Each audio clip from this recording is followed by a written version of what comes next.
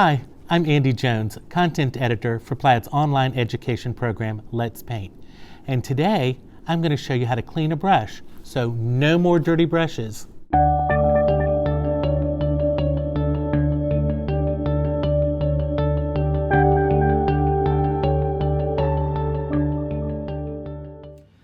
All right, at the end of your painting day, there's nothing more exciting than cleaning your brushes.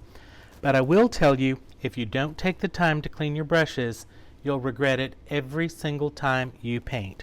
So I've been painting with blue, and I'm going to rinse my brush in my basin and blot it on my paper towel. So this is what I would leave my painting station with, a brush that has been just rinsed out, and you can see that there's still some blue in there. It's not clean by any stretch of the imagination. So I would come to a sink where I have running water, and I would put some liquid soap in my hand and begin to work the liquid soap into the brush, and you can see all of that blue paint coming out of the brush. And I'm going to continue to work the brush in the palm of my hand, pulling the brush toward me and just kind of wiggling the brush a little bit to work the paint out of the bristles. I can put some more soap in my hand and come back and repeat the process to try to get as much paint out of the brush as possible. I like to work under running water so that it's always washing the excess paint away.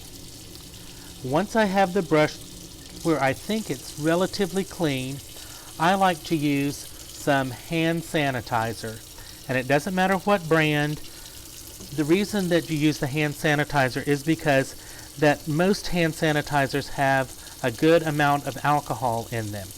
And I work the hand sanitizer into the brush, and I want to make sure that I'm not seeing any more blue paint come out of the paintbrush. If I were to see blue, I would continue to work the hand sanitizer through the bristles until no excess color is coming out of the brush. Then I want to pay special attention to the area where the ferrule and the bristles come together, because that's where you're most likely to have a little paint residue dry in your brush, and that's the worst thing that can happen because it can cause your brush to splay open and never hold a good chisel edge again. But there's no more color coming out of the brush.